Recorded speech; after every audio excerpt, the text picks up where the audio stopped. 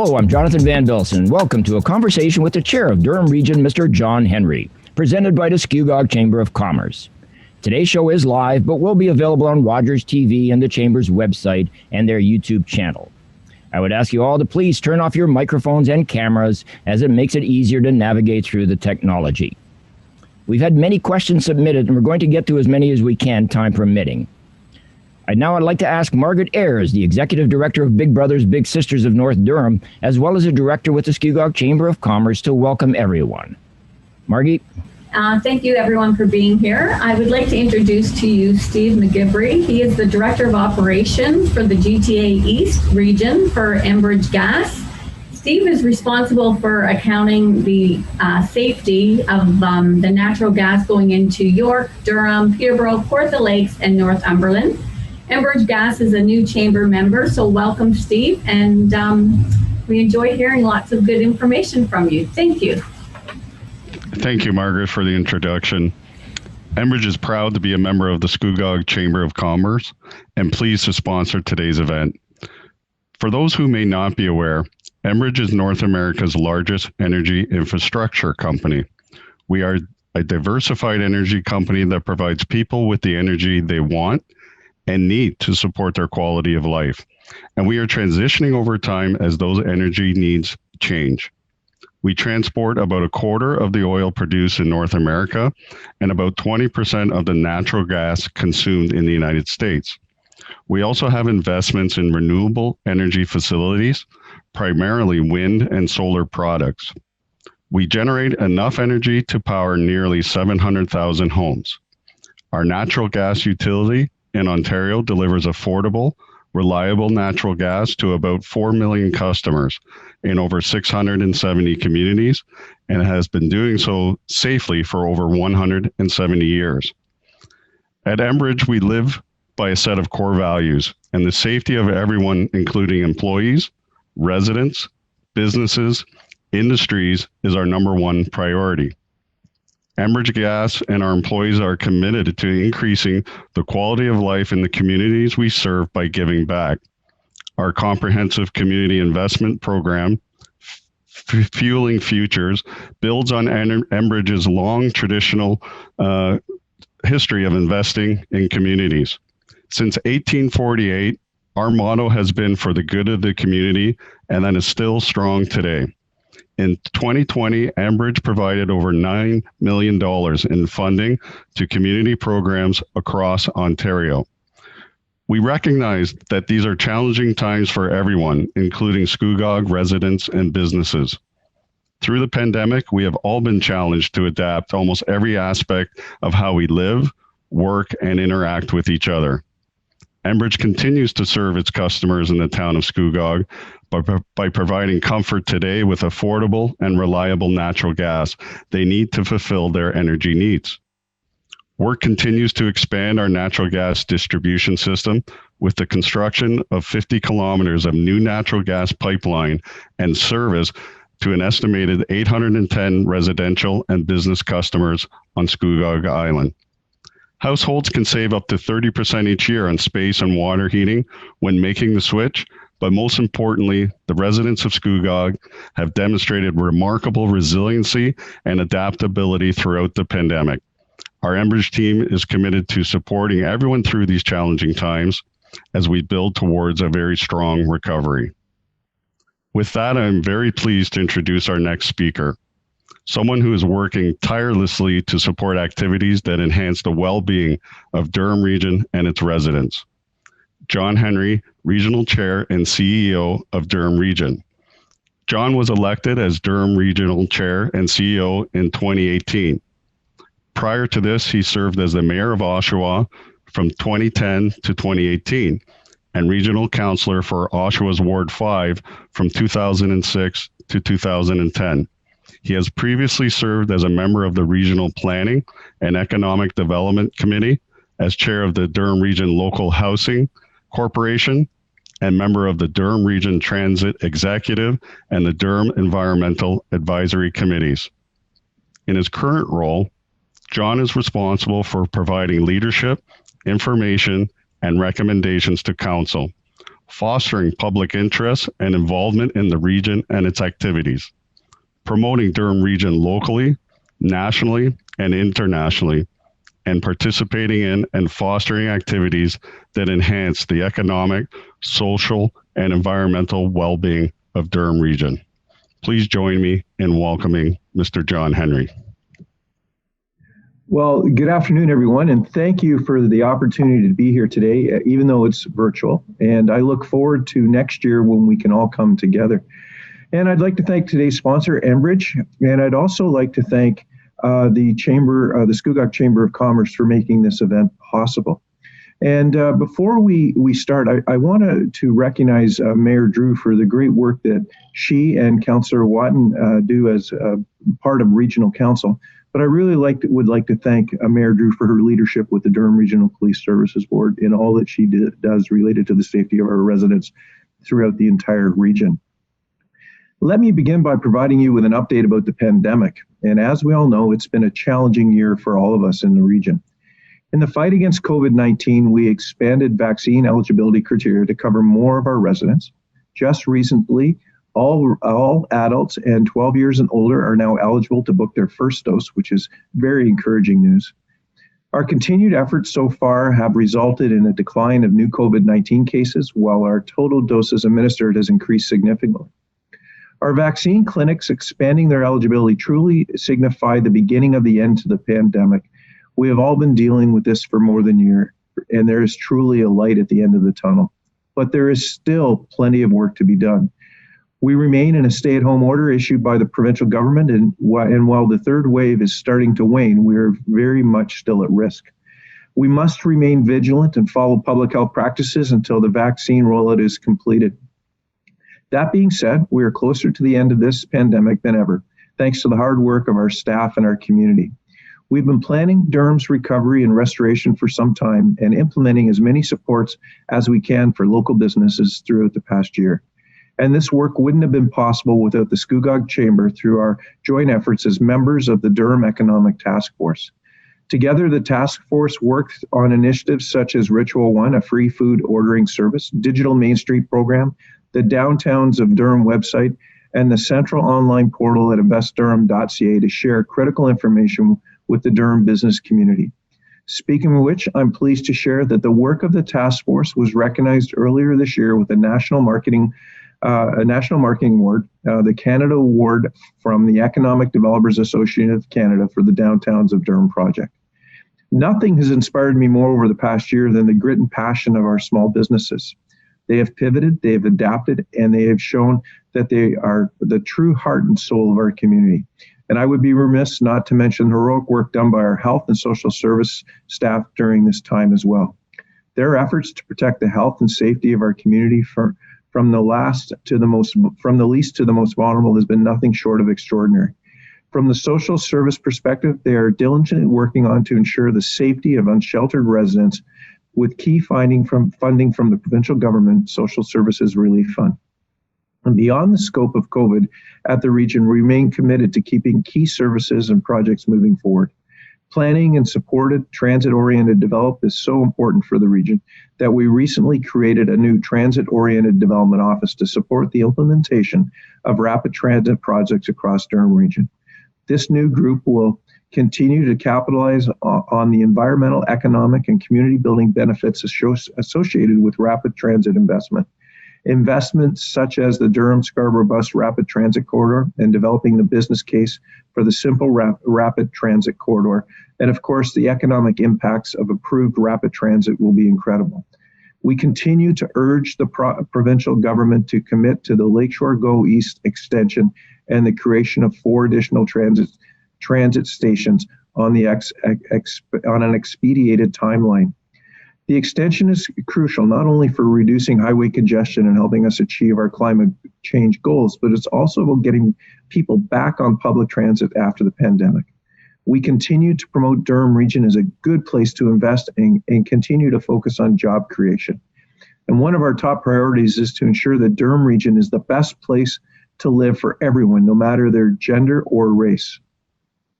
The people who call Durham home speak almost every language and represent almost every culture. bringing insights, innovations, and traditions from around the world to our doorstep.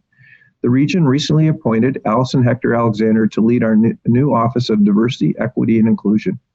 In March, I joined Alison and our CAO, Elaine Baxter-Trahera, along with guest panelists at a public town hall meeting about anti-Black racism. It was a chance for open dialogue, allowing us to better understand one another and create an anti-racist environment moving forward. At the region, we are taking measurable steps towards addressing anti-Black racism, diversity, equity, inclusion, by providing a dedicated focus to anti-racism initiatives and key priorities across the entire region. The key initiatives involved or include establishing of a community-based anti-racism task force as a formal advisory committee to council, undertaking engagement and outreach as part of our broader community-facing activities, and conducting an environmental scan to identify equity, diversity, and inclusion gaps in existing policies, data processes, and partnerships. Together, we will provide coordination and structure to existing internal work and community development. No form of racism is acceptable, and we have a long way to go to achieve our goal of being a more inclusive and diverse region. Inclusivity extends beyond race and gender. With this in mind, we're also focused on continuing to implement the Age-Friendly Durham strategy and action plan in collaboration with partners and the Durham Council on Aging. As a corporation, Durham Region strives to be an innovative, sustainable, and future-oriented organization. And in late February, Regional Council approved a budget that keeps those priorities in mind while balancing affordability for our taxpayers. Our 2021 budget was approved at $1.488 billion. This represents a net property tax increase of 1.98%, or approximately $55 for the average home. On top of continuing to deliver excellent services to the residents and businesses in Durham Region, from roads and water to long-term care, we have also invested in many strategic priorities that will ensure Durham continues to grow and prosper. Our budget underlines the region's commitment to land use planning, environmental sustainability, and supporting our rural communities. Durham Region is taking important steps to accelerate the transition towards a low-carbon, climate-resilient community.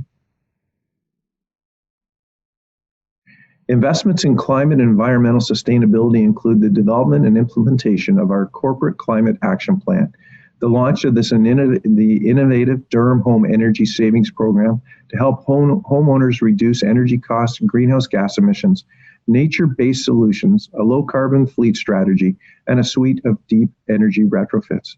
Another significant investment is in the new mixed waste pre-sort anaerobic digestion facility. The mixed waste pre-sort AD facility with an energy plant from waste will be the first of its kind fully integrated waste management initiative in North America.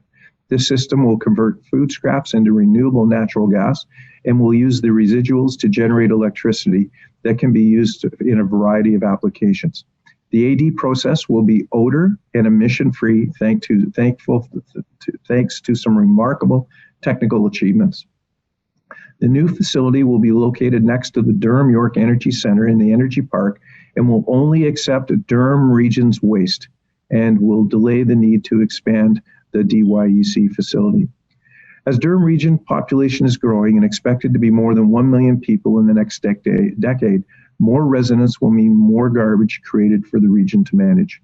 The mixed waste pre-sort facility will remove non-combustible materials and recyclables to further increase diversion from landfill and extend the life of the DYEC. Many more projects of this scale innovation will be needed in the future to combat climate change and ensure our environmental sustainability, and we are ready for that challenge. A top priority continues to be connecting our region with broadband infrastructure. All levels of government have a role to play to significantly improve broadband access in Durham. Now, more than ever, we understand the importance of staying connected. And I was pleased to see nearly $1 million will be invested in the federal government, from the federal government to the Universal Broadband Fund to bring high-speed internet to over 4,500 households across several communities in Durham Region. The high-speed internet access announcement means more families in our communities will be able to work, study, and access other essential services from home. And I'm happy to see continued financial commitment to our broadband from our partners and the Government of Canada. Staff at the region are also pursuing strategies to bring broadband to underserved communities. It is through these continued investments that we will be able to bring our vision of connecting our entire region with fast and reliable broadband to life. We're also focused on ensuring a bright future for Durham Region in every sense of the word. The Intelligence Communities Forum has recognized Durham Region as one of the Smart 21 Communities of the Year of 2021. The program recognizes the world-leading municipalities that are successful in leveraging data and digital assets to develop inclusive and prosperous communities. This recognition builds on the region's Intelligent Communities Framework developed in 2020 and is a great motivator for expanding and growing this work in 2021. In addition, Durham Region is within the top 15 of the communities ranking North America's top 20 most open cities in 2020 through Open Data Initiative. Durham's goals over the next year include setting up a community advisory panel to create a channel for regular engagement with community partners and the public. This panel will also play a key role in developing process to trial innovation, share data, and support the launch of signature projects. Recognizing the important balance between technology and nature, the region will be implementing a strategy to expand tree planting across Durham. The new strategy will help us to meet the region's official plan woodland cover target of 30% of the total land area. The strategy will target more than 100,000 trees planted in 2021 and 2022, and close to 750,000 trees by 2025.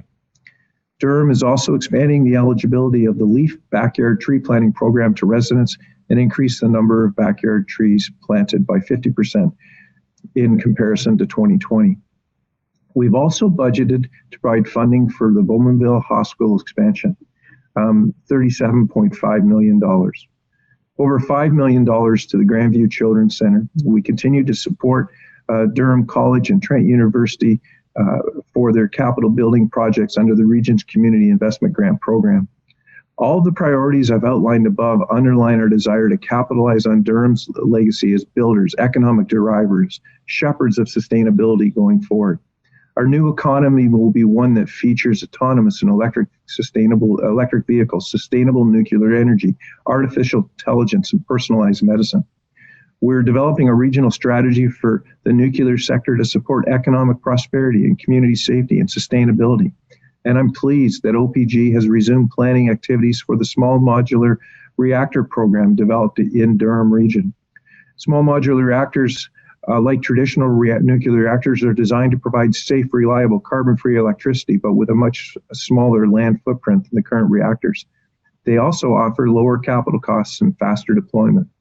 OPG is leading the way with advanced SMR technology, and Durham Region is excited by the economic opportunities of being one of the first sites globally for this emerging subsector. And for Durham, this development will help drive innovation and stimulate new business throughout our region. But we're looking forward to working with OPG to achieve the community benefits associated with small modular reactor development.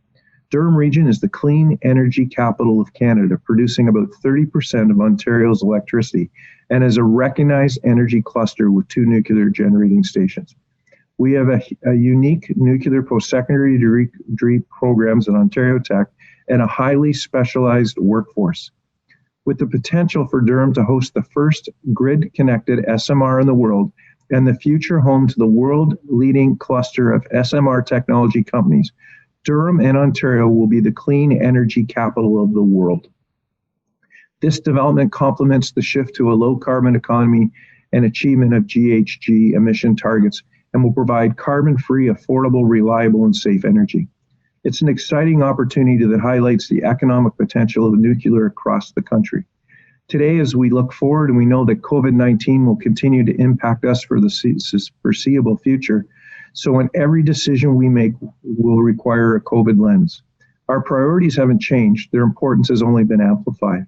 Priorities such as the importance of environmental sustainability in agriculture and social housing, and supporting our local business sector to foster and continue economic success for our region. Hand in hand with our board and chamber partners through the Durham Economic Task Force, we are supporting local businesses in the resuming operations to get our economic engine back up and running. We're providing support and funding to new housing developments through the Region Revitalization Program where eligible. We are constantly looking for opportunities or for partnerships and continue to invest and funding from partners such as the provincial and federal governments.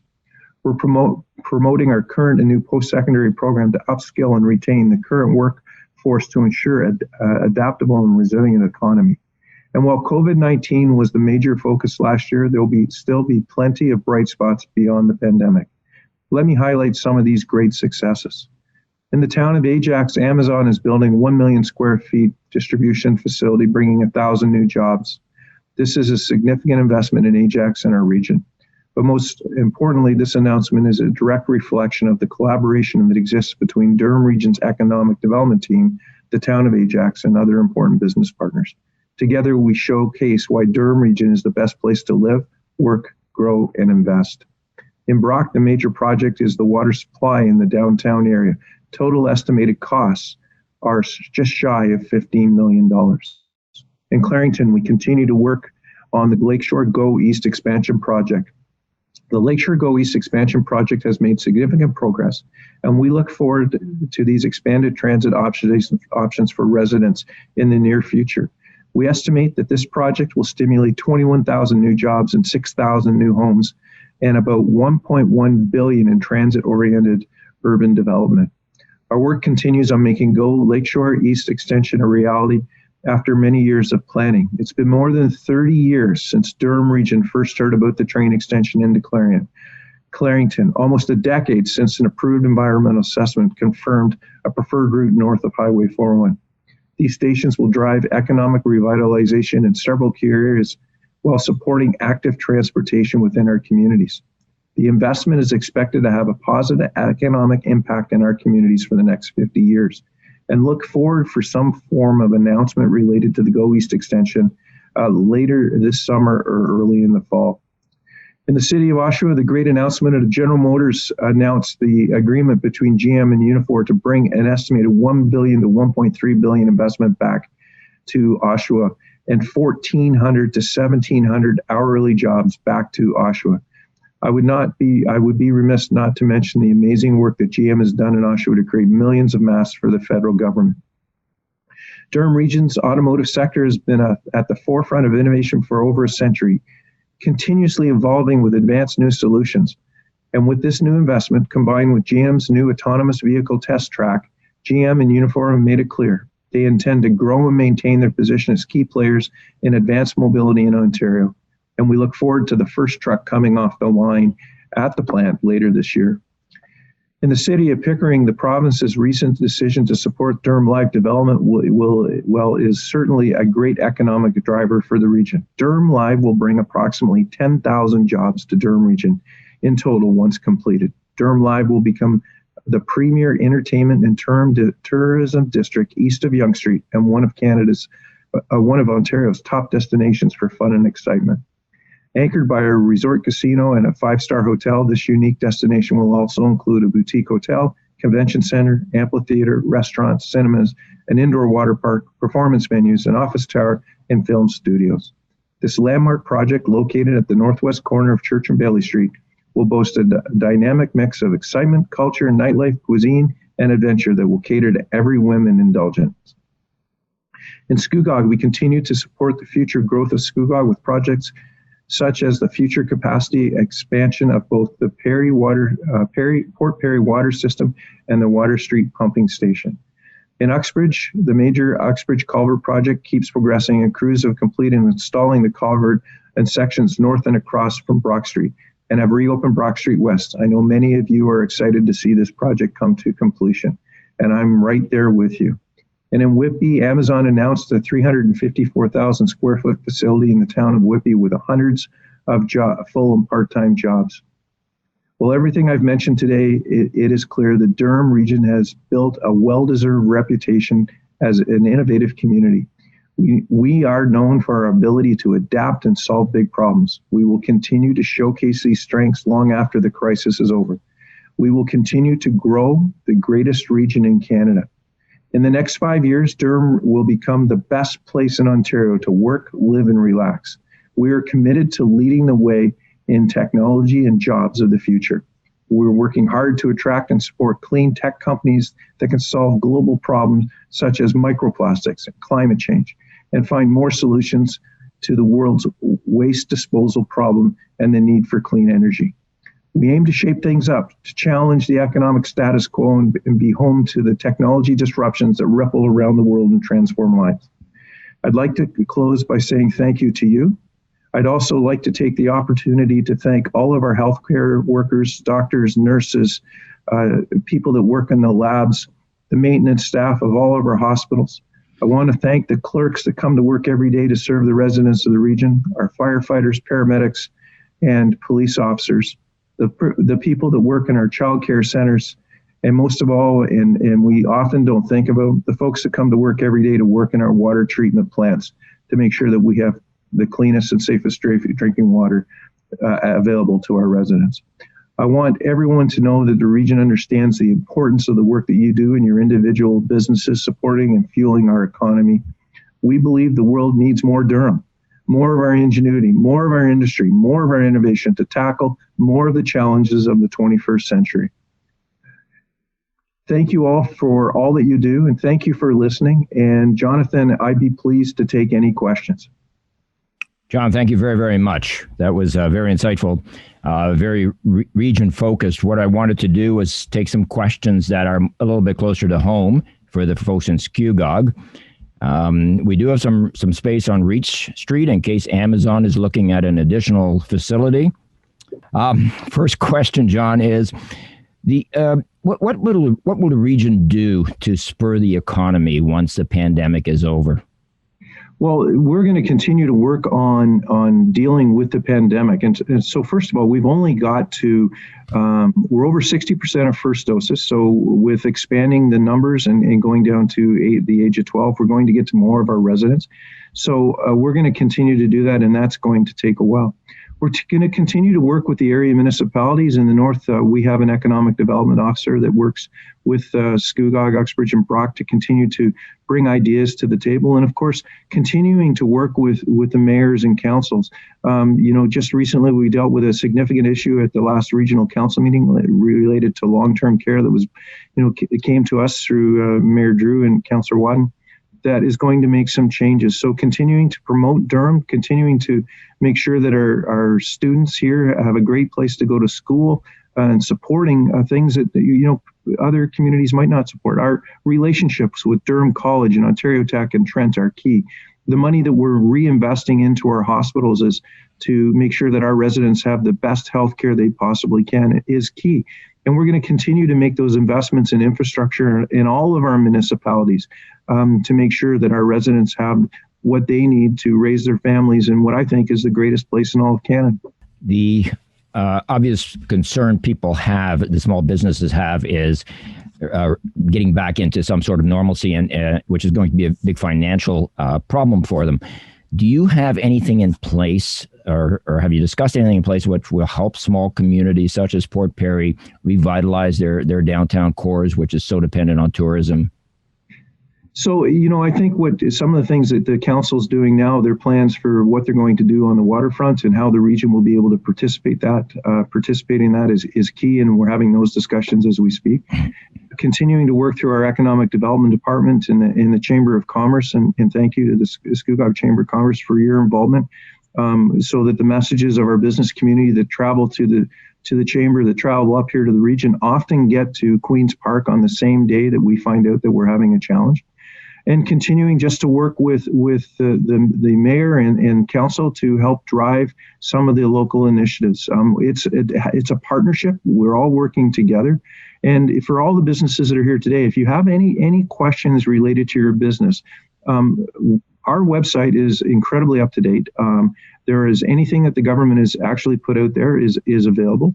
And if you do have a challenge or a problem, feel free to reach out to our economic development director, Simon Gill, or send me an email, and we'll be able to direct it to the right place. But continuing to work with all of our partners, and I come from the private sector too, so I understand the difficulties for small businesses because we do all the work and we pay all the bills, and often the people that are last paid are the owners of the businesses. So I understand that philosophy too. So whatever we can do to help, and whatever message we can take to the province or the federal government, And like I said, we're very lucky here.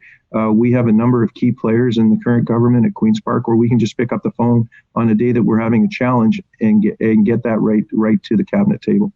Thank you. I know that you have a background. I know we did a show a couple of years ago where you spoke a little bit more about yourself, and it's good to know you do have a business background. So I'm sure you can emphasize with people who are struggling right now through this.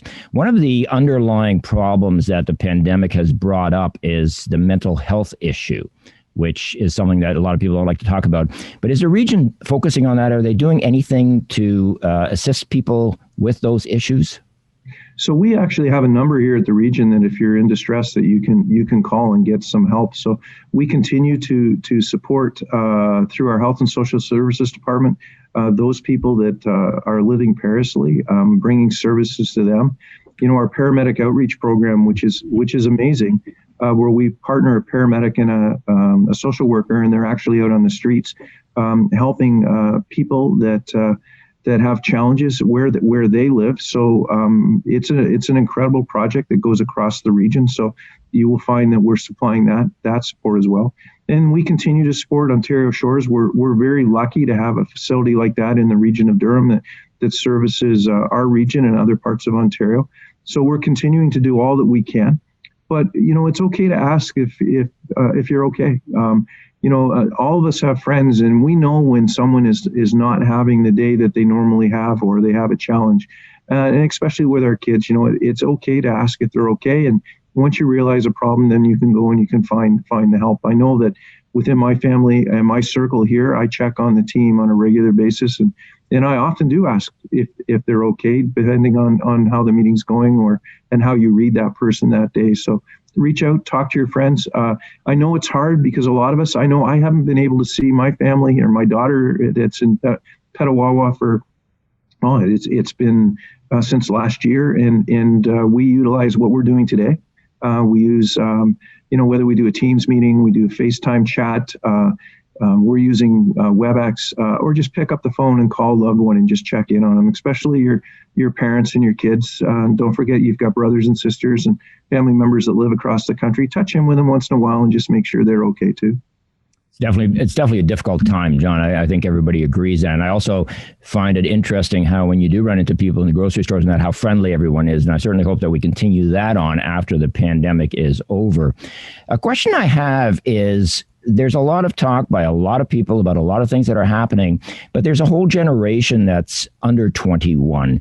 Is the region, are people listening to youths these days as to what their needs and desires are and what they feel? Well, the great part about today's world is that my email address is public, my phone number is public, and who you get calls from.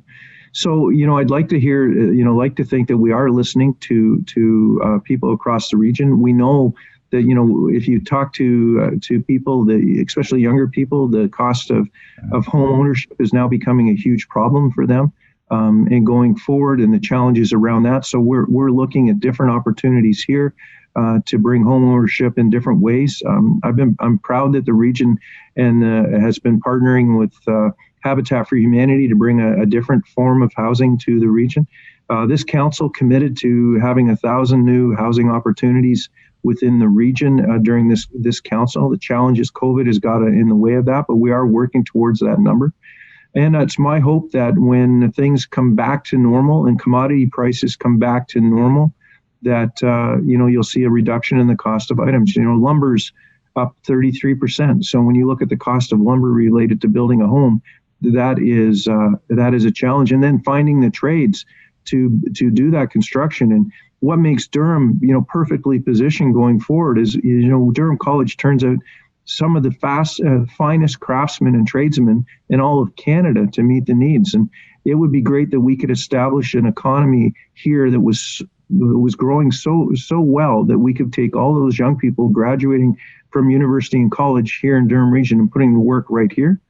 And the other part too is if we create those jobs, we bring hope to the community.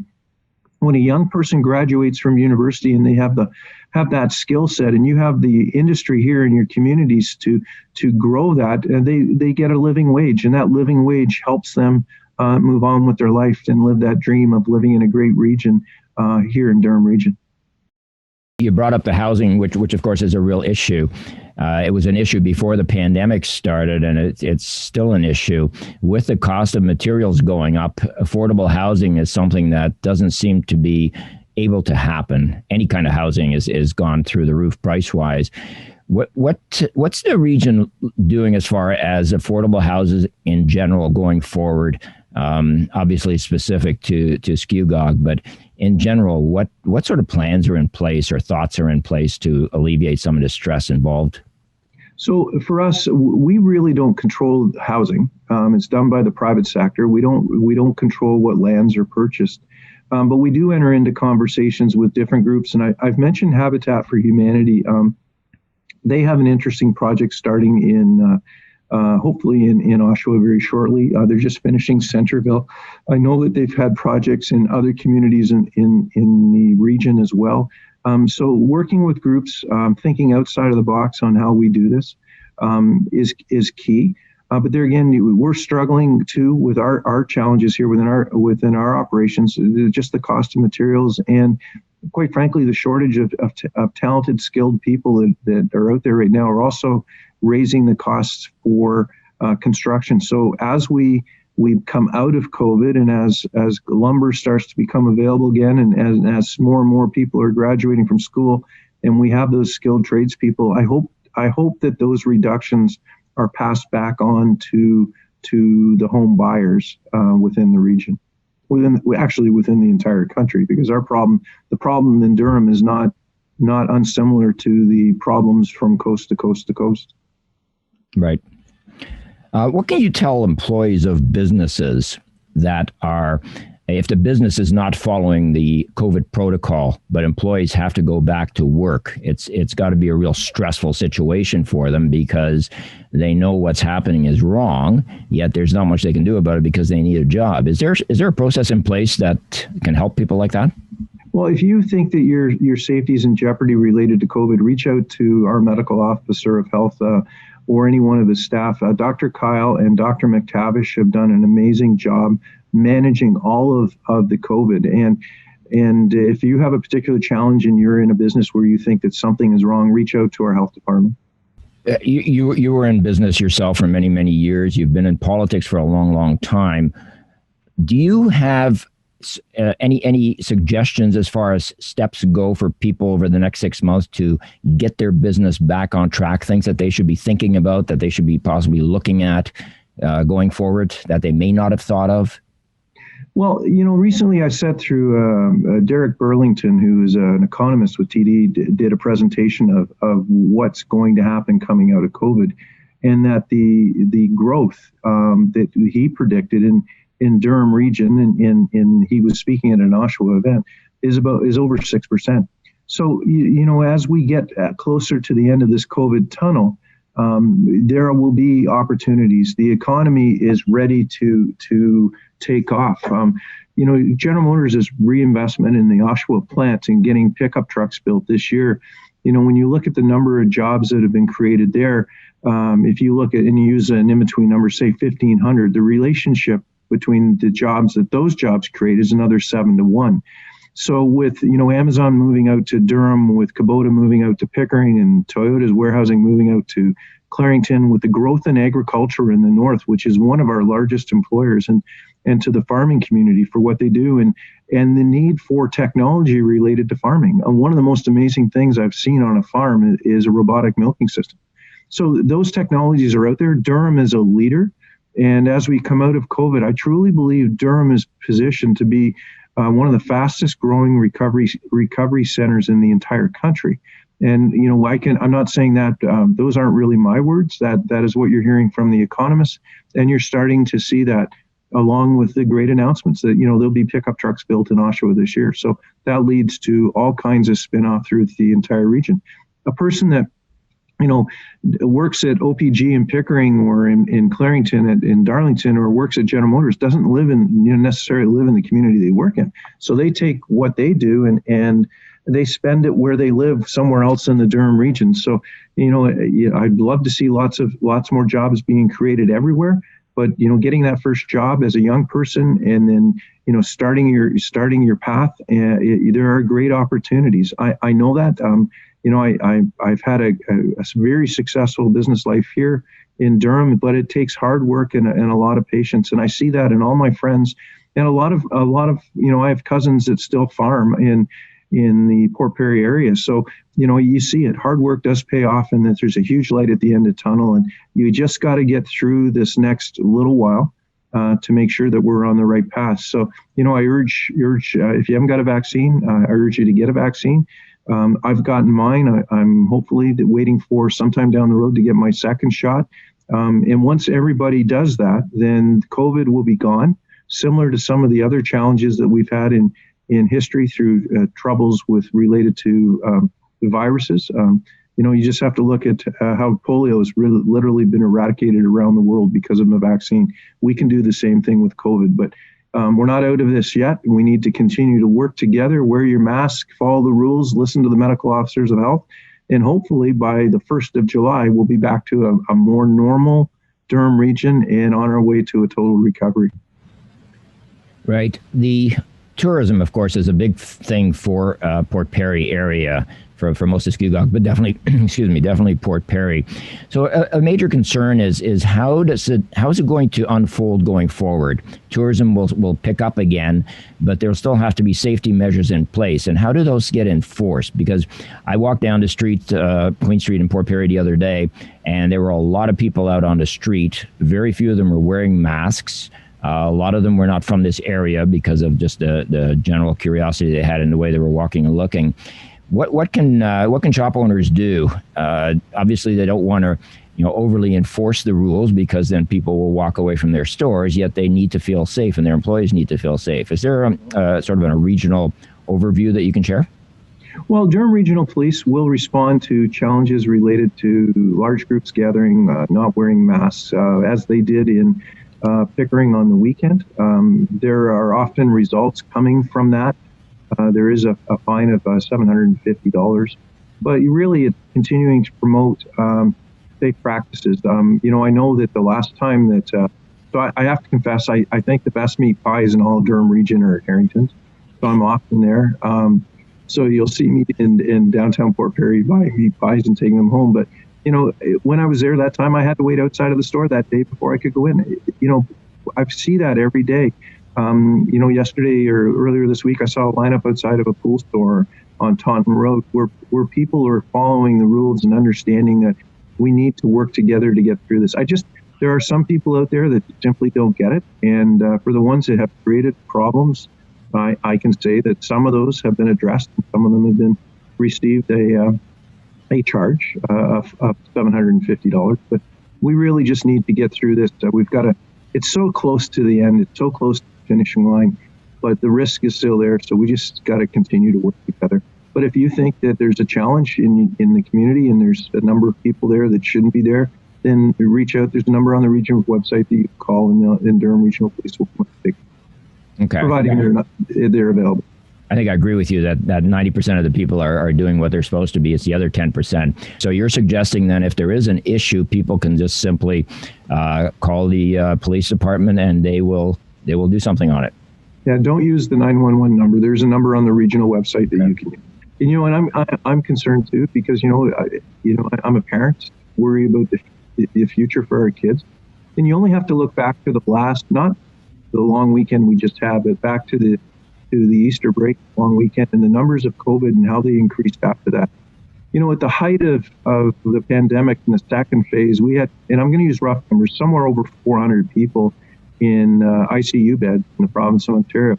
At the height of the third phase of COVID, we had over 800 people in ICU beds in the province of Ontario. And today, even though things are getting better, there's still over 600 people in ICU beds in this province. And, we have to continue. The doctors and nurses and respirologists that have been working on this have been at this hard for over a year now. So, our healthcare system is amazing. And the work that they do at our hospitals, including Port Perry Hospital, is simply amazing. But, those folks need a break. And, we need to, and it's simple. Don't gather in large groups and wear your mask and wash your hands and follow the rules. And, I get a little bit angry when I see groups out too and people aren't wearing masks. But even the people that are out there protesting are people that have received vaccines for, and I'll use an example. I believe all of them have been vaccinated against polio. I know that I know you're connected to Scugog. I know we see you up here quite a bit.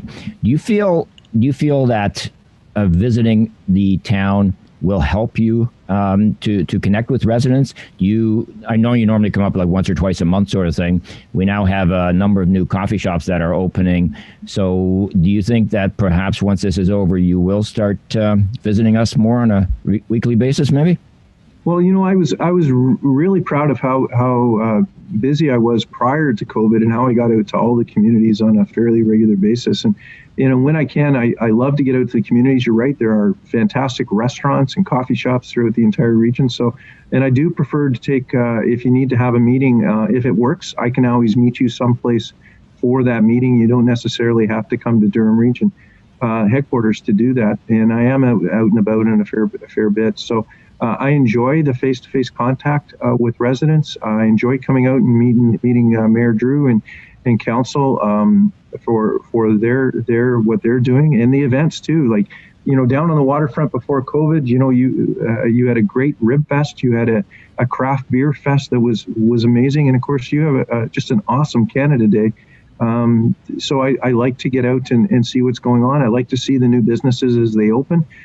Because, every new business that opens provides another job and hope for another individual that works there. So it's exciting times. And, I think Port Perry's just in a perfect place right now. Lots of going on, lots of development. They're building houses. We had a great meeting related to long-term care at Regional Council here on Wednesday. So lots of things happening. And as soon as COVID's over and the rules allow it, you'll see more of me throughout the region. That's great. We'll look forward to that, actually. The COVID will definitely be over. It won't be that long. So I'm curious, everyone has gone through this. Everyone has challenges. Everyone has faced those challenges differently. What do you think the region has learned if, God forbid, in 5 or 6 years from now, we have another one of these pandemics or something? How much more prepared are you as a government this time around?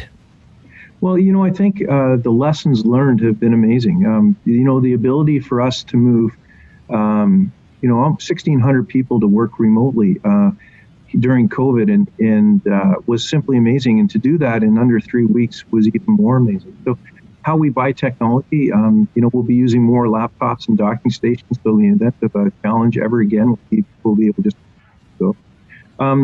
We've really looked at how hard our health department has worked, and Dr. Kyle and Dr. McTavish and their leadership. The team at DEMO has been absolutely amazing. So that's the Durham Emergency Management Operations Center, and James Kilgore is the director there, and what they've been able to do through our clinics, our pop-up clinics, the work that our paramedics have done has been unbelievable, and of course our police. And then during this time, how we've managed our HR department. So HR, during COVID, we've had to hire over 700 people in the region through retirements and the extra needs in our long-term care center. And all of that has been done virtually. So using the technology and the talent that we've gained during this going forward will eliminate a lot of the challenges. There'll be no need for a manager from the north to come down here to the south for a half an hour meeting. We're going to use platform to do that, whether it be Teams or Zoom, whatever works at that time. Excellent. Our ability to get back to residents, you would not know or see a hiccup in our response to you if you've got a regional problem. You call in, you get the help that you need. We realize that consolidating all that in a 311 type call center is going to be important. So going forward, we'll be able to do that. And in the meantime, if you have a challenge with a regional issue, you put a call in and you'll find that the truck's we'll get there and get it fixed. What was challenging for us is that if you had a major issue and you needed a number of regional employees, instead of sending one truck with 4 people, we at one time were sending 4 trucks with 1 person in each truck because of COVID. Right. But the team here, our CAO, Elaine Baxter-Trahere, and all of the commissioners have done an amazing job. So best practices going forward will be key. We were able to find somewhere close to $27 million in our 2020 operating budget that we were able to cover about half of the costs related to COVID. The province and the federal government gave us the other half. Those were things that we were able to do in efficiencies, improvements. Eliminating there was always a plan to build another building here at regional headquarters. $100 million forecasted cost is gone because now we're going to use technology to make that work for us. But what's really interesting is council decided to eliminate that before COVID. It was in June of 2019 that they made that decision, that this technology was there to improve the delivery of service for our residents and staff.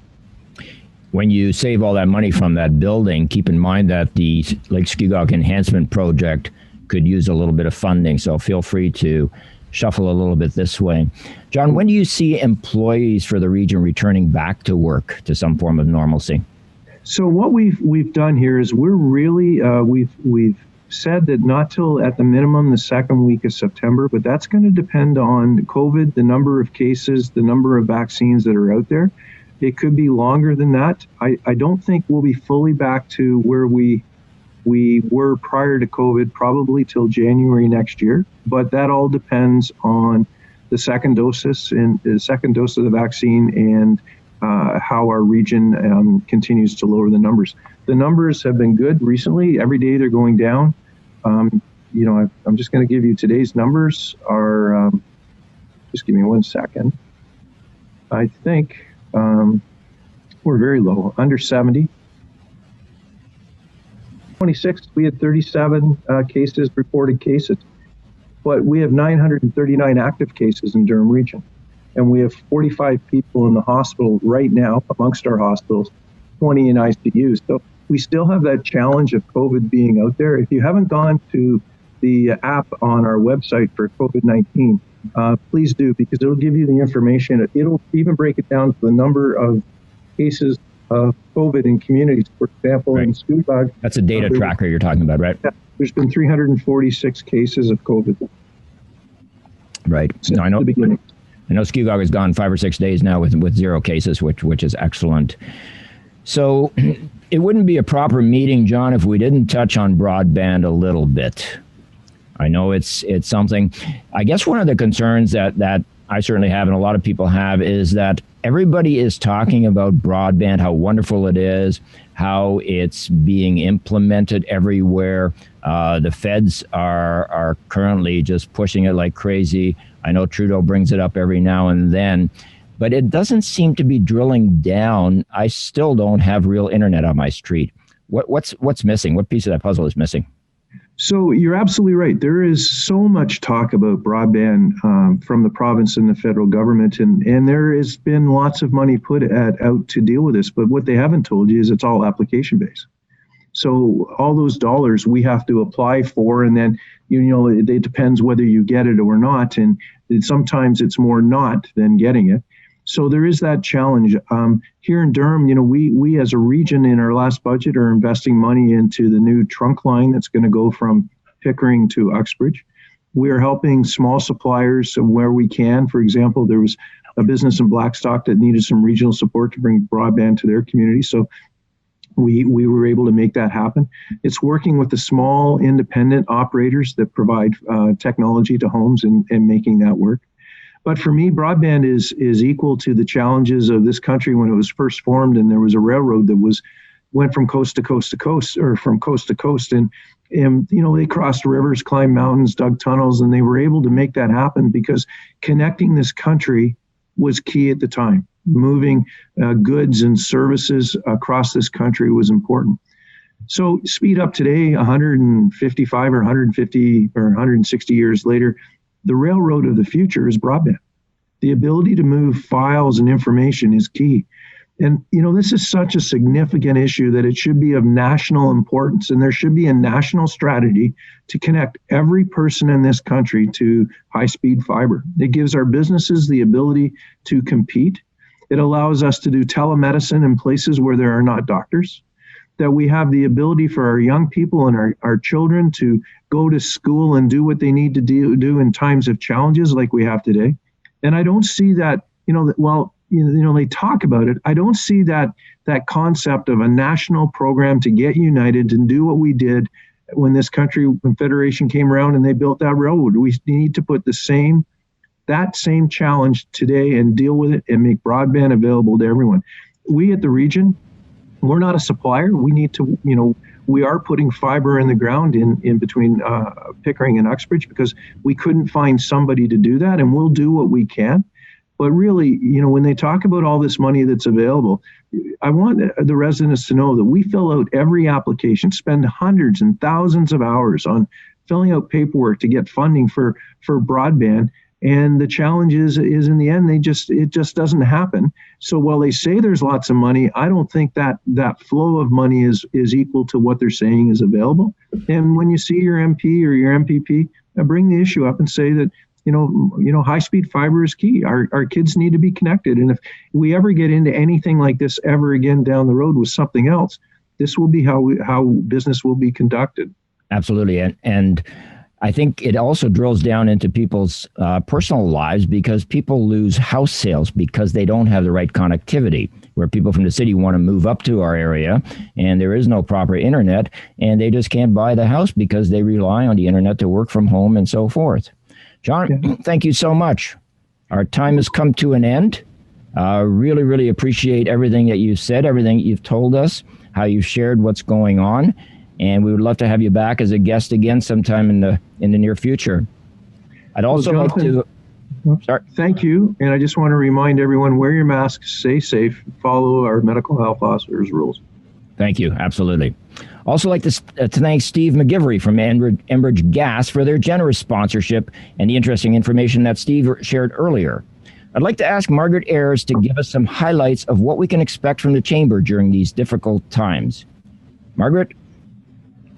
There we go. Love technology, don't we? We're good. And there you are. Here we are. Thank you. On behalf of the Chamber, I'd like to thank you all for attending, and I hope you found it very interesting. The Chamber right now is working on a Port Perry 150 draw, so if you're interested in buying some tickets, please contact the Chamber office or go on the website.